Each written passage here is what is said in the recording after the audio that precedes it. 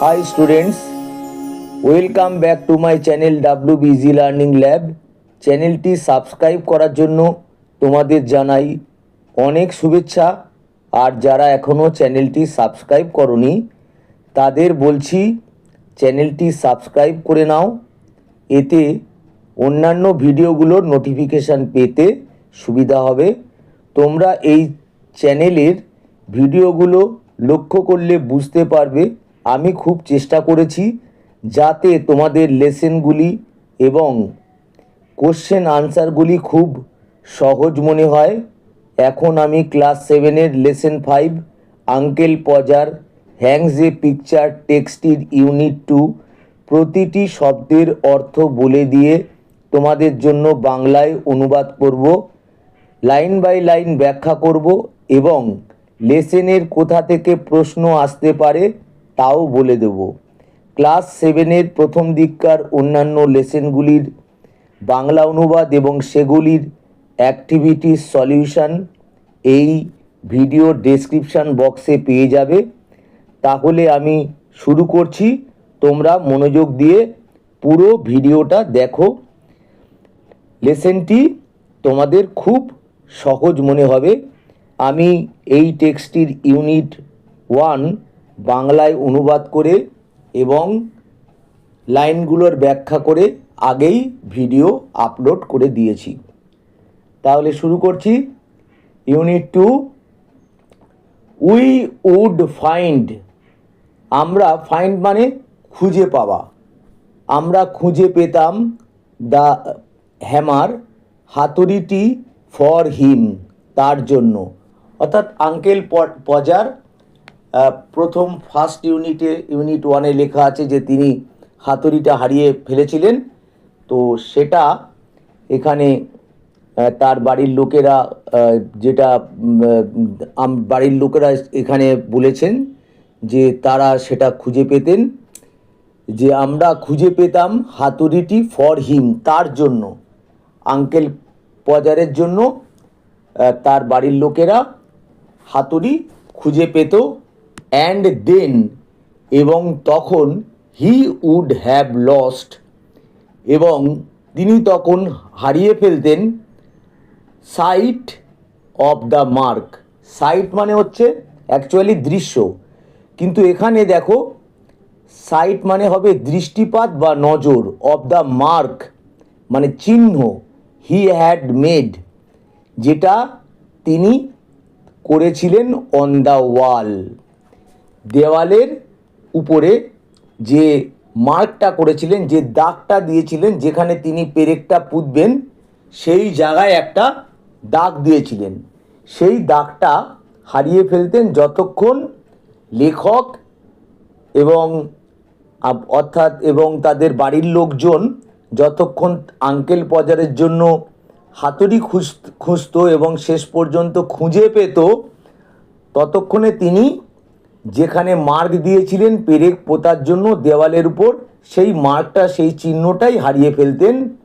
Where the nail was to go in, where মানে যেখানে, অর্থাৎ যেই মার্কে, যেই চিহ্নে নেইল পেরেকটা, ওয়াজ টু গো ইন পেরেকটাকে যেতে হতো, ইন ভেতরে, অর্থাৎ পেরেকটাকে দেওয়ালের মধ্যে প্রবেশ করতে হতো, সেই যে মার্কটা, সেই যে চিহ্নটা আঙ্কেল পজার নিজেই দিয়েছিলেন, সেটা তার বাড়ির লোকজন যখন এই হাতুড়ি খুঁজত ততক্ষণে তিনি সেই হাতুড়ি খুঁজত এবং খুঁজে পেত, ততক্ষণে সেই মার্কটা তিনি হারিয়ে ফেলতেন।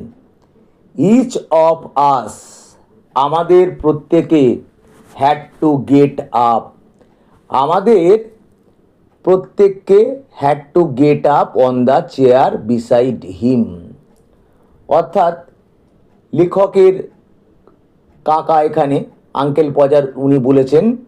তাহলে ইচ অফ আস, আমাদের প্রত্যেককে, হ্যাড টু গেট আপ, আমাদের প্রত্যেককে উঠে পড়তে হতো। গেট আপ মানে তোমরা জানো উঠে দাঁড়ানো। অন দ্য চেয়ার, চেয়ারের উপর উঠে দাঁড়াতে হতো। বিসাইড হিম, বিসাইড মানে পাশে, হিম মানে তার, অর্থাৎ আঙ্কেল পজার, আঙ্কেল পজারের পাশে সবাইকে উঠে দাঁড়াতে হতো। অ্যান্ড সি, এবং দেখতে হতো if we could find it. যদি মানে ইফ মানে হচ্ছে কিনা বা যদি আমরা কুড ফাইন্ড ইট, এটাকে খুঁজে পেতাম কিনা। অর্থাৎ যে মার্কটা আঙ্কেল পজার দিয়েছিলেন, যেখানে পেরেকটাকে তিনি দেয়ালের মধ্যে প্রবেশ করিয়ে দিতেন, দেয়ালের মধ্যে ঢুকিয়ে দিতেন, সেই জায়গাটা খোঁজার জন্য এবার লেখক এবং বাড়ির সকলকে উঠে দাঁড়াতে হতো এবং সেই মার্কটাকে দেখার জন্য, যেটা আঙ্কেল পজার খুঁজে পাচ্ছেন না, তিনি তখন বাড়ির সকলকে বলতেন, যে তাদের দেখতে বলতেন কোথায় সেই মার্কটা আছে। তার জন্য সবাইকে উঠে পড়তে হতো, আর চেয়ারে উঠে পড়তে হতো তারই পাশে, আঙ্কেল পজারের পাশে, তারা ওই মার্কটা খুঁজে পাচ্ছে কিনা। উই উড ইচ, আমরা প্রত্যেকেই, এখানে ডিসকভার মানে আবিষ্কার করা, তোমরা জানো, কিন্তু এখানে হবে খুঁজে পাওয়া। আমরা প্রত্যেকে খুঁজে পেতাম it in a different place. এই মার্কটাকে ইন এ ডিফারেন্ট প্লেস, একটা আলাদা জায়গায়। মানে ধরো একজন খুঁজে পেল, বলল মার্কটা এখানে আছে, আরেকজন বলছে মার্কটা এখানে আছে, মানে প্রত্যেকেই মার্কটাকে খুঁজে পেয়েছে, কিন্তু বিভিন্ন জায়গায় খুঁজে পেয়েছে, এক জায়গায় খুঁজে পায়নি। And he would call us, এবং সে কল আস, আমাদেরকে বলতো বা ডাকতো অল ফুলস। আমাদের অল মানে আমাদের সবাইকে তখন তিনি আঙ্কেল পজার বোকা বলতেন। তার কারণ সবাই মার্কটাকে খুঁজে পেয়েছে আলাদা আলাদা জায়গায়, অর্থাৎ কেউই মার্কটা ঠিকমতো খুঁজে পায়নি।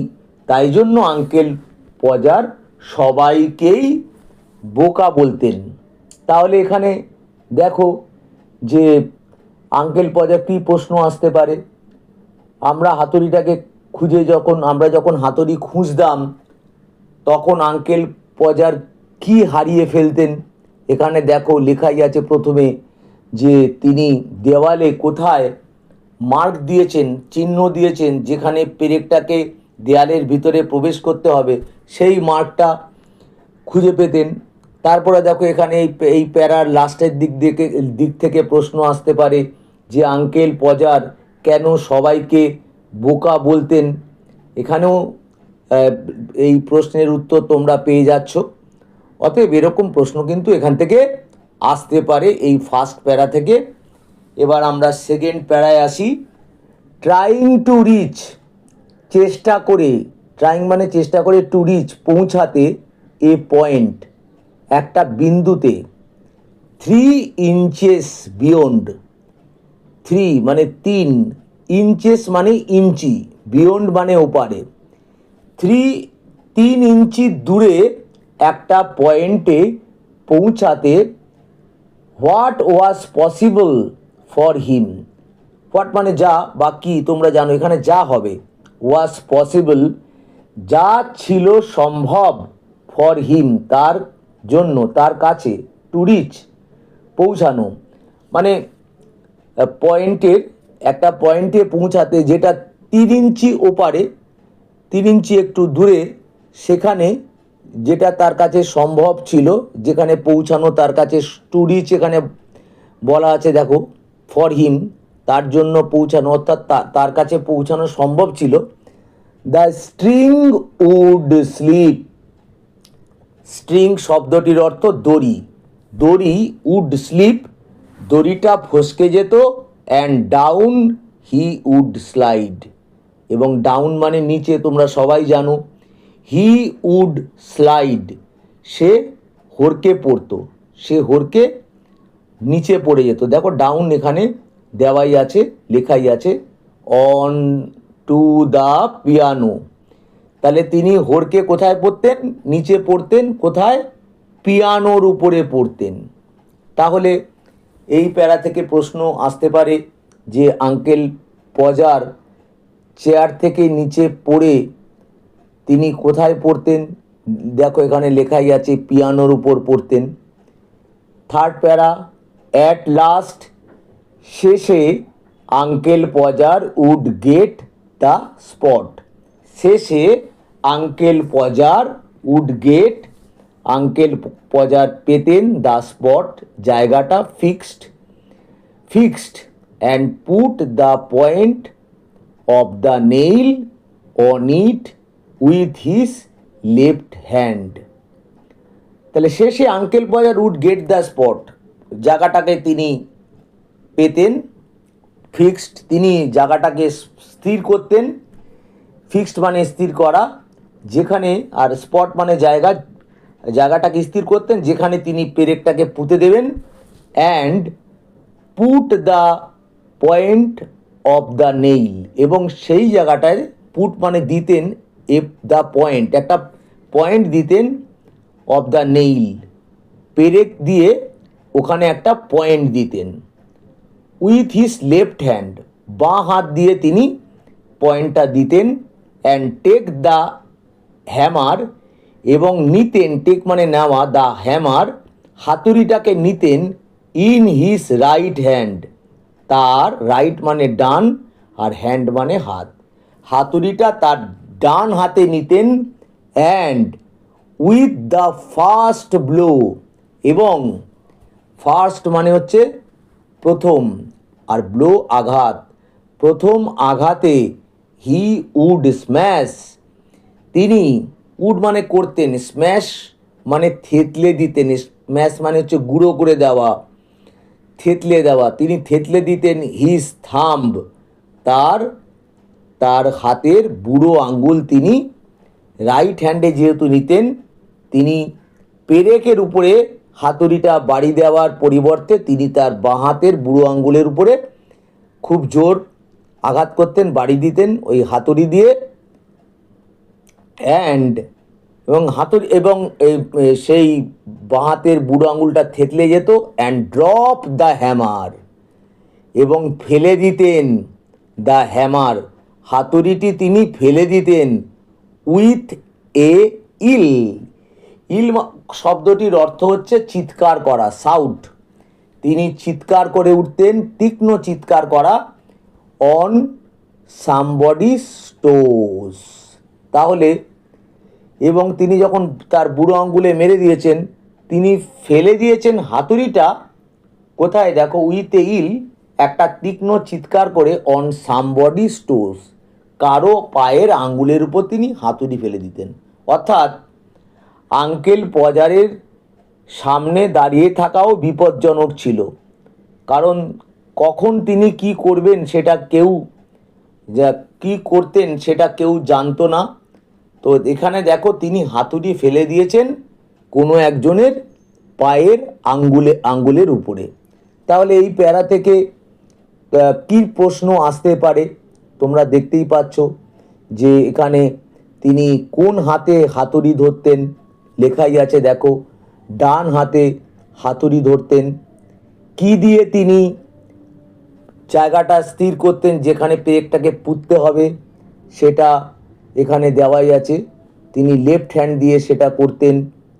আর হাতুড়ির বাড়ি দিয়ে তিনি কি করতেন, তার হাতের বুড়ো আঙুলকে থেতলে দিতেন। তারপর কি হতো, তারপর দেখো হাতুড়িটা তিনি কারো পায়ের আঙ্গুলের উপর ফেলে দিতেন। তাহলে বুঝতেই পারছো কী কী প্রশ্ন আসতে পারে। এবার fourth para, and aunt Maria would mildly observe, aunt কাকি মারিয়া অর্থাৎ আঙ্কেল পজারের স্ত্রী, কাকি মারিয়া উড মিল্ডলি কোমলভাবে অবজার্ভ, এখানে দেখো অবজার্ভ মানে কিন্তু বলতেন হচ্ছে, দ্যাট যে নেক্সট টাইম, নেক্সট মানে পরের, আর টাইম মানে বার, এখানে পরের বার uncle Podger was going to hammer, uncle Podger going to hammer a nail into the wall, যখন হাতুড়ি দিয়ে এ নেইল অর্থাৎ একটা পেরেককে ইনটু দ্য ওয়াল অর্থাৎ দেয়ালের মধ্যে পুঁততে যাবেন, যখন আঙ্কেল পজার পরের বার একটা হাতুড়ি দিয়ে কোনো পেরেককে দেওয়ালের মধ্যে পুঁততে যাবেন, অর্থাৎ দেওয়ালের মধ্যে তিনি যখন একটা পেরেককে ফিক্স করতে যাবেন, শি হোপড, তিনি আশা করেছিলেন, she hoped he would let her know, হি অর্থাৎ এখানে আঙ্কেল পজারকে বোঝানো হয়েছে। আঙ্কেল পজার, লেট মানে দেবে, হার মানে তাকে, অর্থাৎ আন্ট মারিয়াকে জানতে দেবেন, নো মানে জানতে, জানতে দেবেন, ইন টাইম ঠিক ঠিক সময়ে জানতে দেবেন যে কখন তিনি একটা পেরেককে দেওয়ালের মধ্যে পুঁততে যাচ্ছেন, সেটা আঙ্কেল পজার আন্ট মারিয়াকে সেটা জানাবেন। She would then, she could then, তাহলে তিনি মেক অ্যারেঞ্জমেন্টস, মেক মানে করবেন, অ্যারেঞ্জমেন্টস ব্যবস্থা করবেন, টু গো যেতে, অ্যান্ড স্পেন্ড এবং কাটাতে, এ উইক এক সপ্তাহ কাটাতে, উইথ হার মাদার, উইথ মানে সঙ্গে, হার মাদার তার মায়ের সঙ্গে, এ উইক এক সপ্তাহ কাটাতে যাবেন। হোয়াইল যখন, ইট ওয়াজ বিইং ডান, যখন, ইট ওয়াজ মানে এই ইট বলতে এখানে এই কাজটা কে বোঝানো হয়েছে, এই কাজটা অর্থাৎ দেওয়ালের মধ্যে পেরেক পোতা, এই ইট ওয়াজ বিইং ডান, যখন এটা করা হতো তখন তার আগে আঙ্কেল পজার আন্ট মারিয়াকে ঠিক সময়ে ইন টাইম জানিয়ে দেবেন এবং তিনি অ্যারেঞ্জমেন্ট করবেন, ব্যবস্থা করবেন, টু গো যেতে এবং স্পেন্ড কাটাতে, এই উইক এক সপ্তাহ তার মায়ের সঙ্গে, অর্থাৎ তিনি তার বাপের বাড়িতে চলে যাবেন। আর এসব ঝামেলা ঝাঁটি, এসব যে সকল ঝামেলা হচ্ছে, ক্যাওস হচ্ছে, সেগুলো তিনি দেখতে চান না, আন্ট মারিয়া দেখতে চান না, তাই তিনি তার বাবার বাড়িতে চলে যাবেন। তাহলে এখানে দেখো, এখান থেকেও তোমাদের প্রশ্ন আসতে পারে যে আন্ট মারিয়া আঙ্কেল পজারকে কি বলেছিলেন, এটা খুব ইম্পর্টেন্ট প্রশ্ন। তো এখানে উত্তর তোমরা পেয়েই যাচ্ছ যে তিনি আঙ্কেল পজার তাকে জানিয়ে দেবেন কখন তিনি পেরেক দেওয়ালে পুঁততে যাচ্ছেন, এবং সেটা জানালে তিনি কি করবেন, আন্ট মারিয়া কি করবেন, এখানে দেখো লেখাই আছে, তিনি চলে যাবেন তার বাবার কাছে, তার বাবার বাড়িতে, অর্থাৎ তার মায়ের কাছে তিনি গিয়ে এক সপ্তাহ কাটাবেন।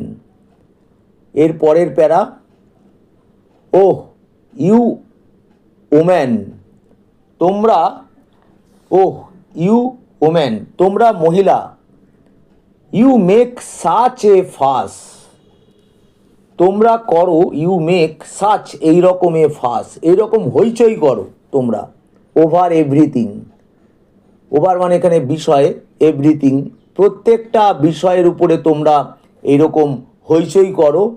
Uncle Podger would reply, uncle Podger তখন উত্তর দিত।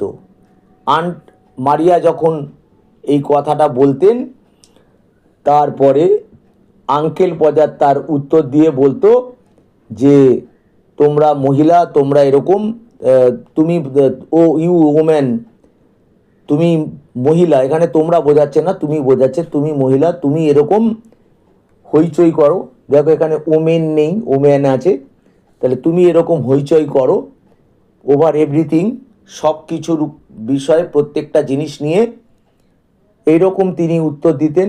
পিকিং হিমসেলফ আপ, নিজেকে তিনি তুললেন, পিকিং মানে তুলে, হিমসেলফ আপ তিনি নিজেকে তুলে তিনি এই কথাটা বলতেন, কারণ তিনি পড়ে গিয়েছিলেন, দড়ি ফসকে গিয়েছিল এবং তিনি পড়ে গিয়েছিলেন পিয়ানোর উপর, তারপর তিনি নিজেকে তুলতেন এবং এই কথাটা তিনি বলতেন আন্ট মারিয়াকে, why I like doing a little job of this sort, কেন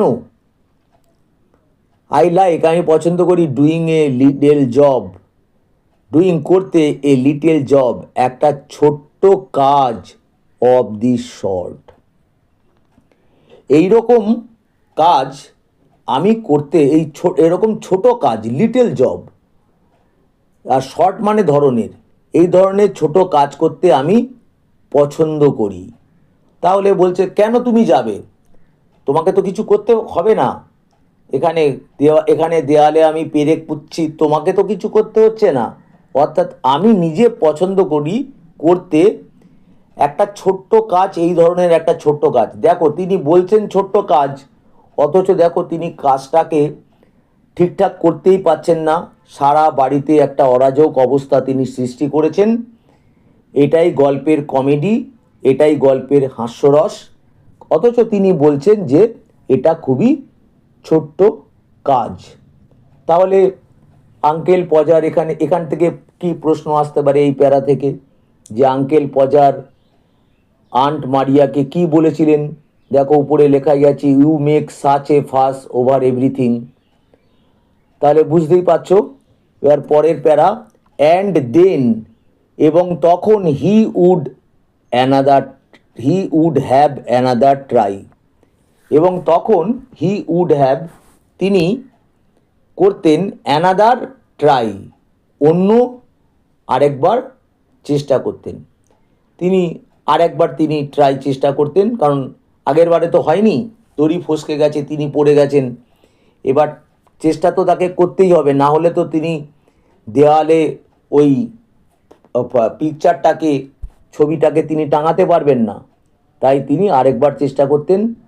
অ্যাট দ্য সেকেন্ড ব্লো, দ্বিতীয় ব্লো মানে আঘাত, দ্বিতীয় আঘাতে দ্য নেইল উড গো, পেরেকটা উড গো যেত, ক্লিন পরিষ্কারভাবে, থ্রু দ্য প্লাস্টার, থ্রু মানে মধ্যে দিয়ে, আর দ্য প্লাস্টারের মধ্যে দিয়ে পেরেকটা চলে যেত। জানো তো এখানে দেয়ালের উপরে প্লাস্টার করা থাকে, তাহলে তিনি দ্বিতীয় আঘাতে পেরেকটার উপর যখন তিনি দ্বিতীয় আঘাত করতেন, তখন পেরেকটা দেওয়ালের মধ্যে প্রবেশ করার পরিবর্তে সেই পেরেকটা কিন্তু প্লাস্টারের মধ্যে দিয়ে চলে যেত। অর্থাৎ বুঝতে পারছো, পেরেকটা ঠিকমতো কিন্তু দেয়ালের মধ্যে প্রবেশ করলো না, প্লাস্টার দিয়ে বেরিয়ে গেল। আর প্লাস্টার তো বেশি মোটা থাকে না, সেখান থেকে সেই ভিতর দিয়ে প্লাস্টারের মধ্যে দিয়ে পেরেকটা চলে গেল। And half the hammer after ইট, এবং হাতুড়ির অর্ধেকটাও তার পিছনে গেল, তারপরে গেল। অর্থাৎ হাতুড়ির কিছু অংশ এমনভাবে ঠিকমতো তিনি পেরেকের উপরে আঘাত করতে পারেননি। ঠিকমতো যদি তিনি আঘাত করতেন, তাহলে পেরেকটা দেওয়ালের মধ্যে প্রবেশ করত, পেরেকটা পোতা সঠিক হতো। কিন্তু যেহেতু তিনি ঠিকমতো হাতুড়ি দিয়ে আঘাত করতে পারেননি, বা পেরেকের একটা ঠিকমতো জায়গায় তিনি মারতে পারেননি, আঘাত করতে পারেননি, তাই সেই পেরেকটা প্লাস্টারের মধ্যে দিয়ে গেছে এবং হাতুড়িটাও তার পিছন পিছন চলে গেল। অর্থাৎ হাতুড়ির উপরে তার কোনো নিয়ন্ত্রণ নেই। তাহলে এখান থেকে প্রশ্ন কি আসতে পারে, সেকেন্ড ব্লোতে তিনি কি করেছিলেন, দ্বিতীয় আঘাতে আঙ্কেল পজার কি করেছিলেন? এখানে দেখো লেখাই আছে, the nail would go clean through the plaster and half the hammer after it. এর পরের para, then he would find the rule, তারপর বা তখন, হি উড দুটোই হয় এখানে, we would find the rule, আমরা তখন খুঁজে বার করতাম দ্য রুল, অর্থাৎ স্কেলটা খুঁজে বার করতাম, অ্যান্ড দ্য স্ট্রিং, এবং দড়ি, এগেইন, আমরা স্কেল এবং দড়িটাকে আবার আমরা খুঁজে বার করতাম, অ্যান্ড এ নিউ হোল, এবং একটা নতুন গর্ত, ওয়াজ মেড, একটা নতুন গর্ত দেওয়ালের মধ্যে তখন করা হয়ে গিয়েছিল। কারণ আঙ্কেল পজার গর্ত করেই দিয়েছেন পেরেকের উপর হাতুড়ি মেরে। অ্যাবাউট মিডনাইট, মধ্যরাত, মিডনাইট শব্দটির অর্থ অ্যাবাউট মানে হচ্ছে প্রায় মধ্যরাত্রে, the picture would be up, ছবিটা উড বি আপ মানে উপরে উঠতো, ছবিটা উপরে উঠতো, ভেরি ক্রুকড, খুবই টেরা বেঁকা অবস্থায়, অ্যান্ড ইনসিকিওর, এবং অসুরক্ষিত অবস্থায় উপরে উঠত। যখন মধ্যরাত্রি হতো। এই কাজ করতে করতে তিনি বলতেন এটা ছোট কাজ, অথচ দেখো কাজটা করতে করতে প্রায় মধ্যরাত হয়ে গেছে। আর ছবিটা উঠেছে ঠিকই, কিন্তু সেটা টেরা বেঁকা হয়ে আছে, কারণ পেরেকটাই তো ঠিক মতো দেয়ালের মধ্যে প্রবেশ করেনি, পেরেকটাই তো পোতা ঠিক করে হয়নি। তাই ছবিটা তো অবশ্যই পেরেক যদি ঠিক মতো না পোতা হয় তাহলে তো টেরা বেঁকা অবস্থাতেই থাকবে। অ্যান্ড ইনসিকিউর মানে অসুরক্ষিত, অর্থাৎ যখন তখন ছবিটা উপর থেকে নিচে পড়ে যেতে পারে, অসুরক্ষিত অবস্থায় রইল। অর্থাৎ আঙ্কেল পজার এত চেষ্টা করলেন, সবাইকে খাটালেন, বাড়ির সকলকে তিনি কষ্ট দিলেন, কিন্তু শেষ পর্যন্ত তার কাজটা কিন্তু তিনি সঠিকভাবে করতে পারলেন না। তাহলে এই প্যারা থেকে যে প্রশ্ন আসতে পারে সেটা হলো, লেখক আঙ্কেল পজারের জন্য বাড়ির সবাই কি খুঁজে বার করেছিল। এখানে দেখো লেখাই আছে রুল আর স্ট্রিং। আর পিকচারটা টাঙানো হলো, কিন্তু পিকচারটা কিভাবে থাকলো, এখানে দেখো লেখাই আছে ক্রুকড অ্যান্ড ইনসিকিওর। পরের para, there you see, he would say, there you are, he would say, সে বলতো stepping heavily off the chair. তোমরা ইউ আর, তোমরা হও, হি উড সে, সে বলতো স্টেপিং, স্টেপিং মানে হচ্ছে পদক্ষেপ ফেলে, অর্থাৎ heavily off the chair, chair থেকে খুব সজোরে, হেভিলি মানে সজোরে, সজোরে তিনি নিচে পা রেখে অন দ্য চার ওম্যানস কর্নস। চার ওম্যান হচ্ছে পরিচারিকা বা কাজের মেয়ে, বাড়ির কাজের মেয়েকে চার ওম্যান বলা হয়। আর পরিচারিকা একই অর্থ। তো চার ওম্যানস, বাড়ির কাজের পরিচারিকা বা কাজের মেয়ের কর্ন, শস্য দানার উপরে তিনি সজোরে নাবতেন। অ্যান্ড সার্ভেইং, এবং তদারকি করতেন দ্য মেস, তিনি ভালোভাবে দেখে নিতেন। সার্ভেইং মানে তদারকি করা বা ভালোভাবে দেখে নেওয়া। এখানে দেখো আমি প্রায় অনেক শব্দের অর্থ আমি এখানে লিখে দিয়েছি যাতে তোমাদের বুঝতে কোনো অসুবিধা না হয়। এবং তদারকি করতেন, ভালোভাবে দেখে নিতেন দ্য মেস, অগোছালো অবস্থা, যে নোংরা অবস্থা তিনি করেছেন ঘরের মধ্যে, সেটা তিনি ভালোভাবে দেখে নিতেন। হি হ্যাড মেড, যেটা তিনি করেছিলেন, হি বলতে এখানে আঙ্কেল পজারকে বোঝানো হয়েছে, with evident pride. He had made, যেটা তিনি করেছিলেন, with evident pride. With evident মানে কি, স্পষ্ট, যেটা প্রতীয়মান, যেটা দেখা যাচ্ছে, স্পষ্ট, প্রাইড, তিনি গর্বের সঙ্গে বলতেন। কিন্তু এগুলো তিনি দেখতেন যে এখানে নোংরা হয়েছে, সব কিছু হয়েছে, আর কিন্তু তা সত্ত্বেও তিনি কি না, খুব গর্ব ভরে সেই চেয়ার থেকে নিচে পা দিচ্ছেন। চার ওম্যান্স অর্থাৎ বাড়ির পরিচারিকার শস্যদানার উপরে তিনি নামছেন, এবং তিনি গর্ব, তার যে গর্ব সেটা স্পষ্ট দেখা যাচ্ছে, এভিডেন্ট হচ্ছে। তিনি বলতেন, why some people would have had a man in to do a little thing like that. Why মানে হচ্ছে কেন, তোমরা জানো।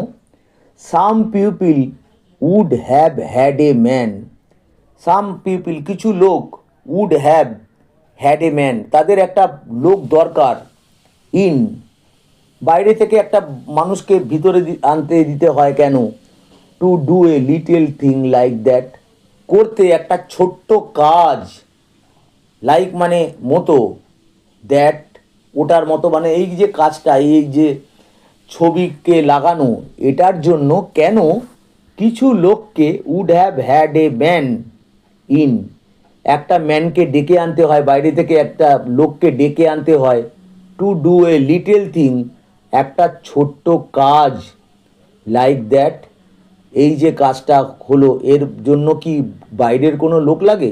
এ তো সামান্য কাজ, দেখো আমি কত সুন্দরভাবে কাজটাকে করে দিলাম। তো এইভাবে এইটা বলে তিনি গর্ব প্রকাশ করতেন।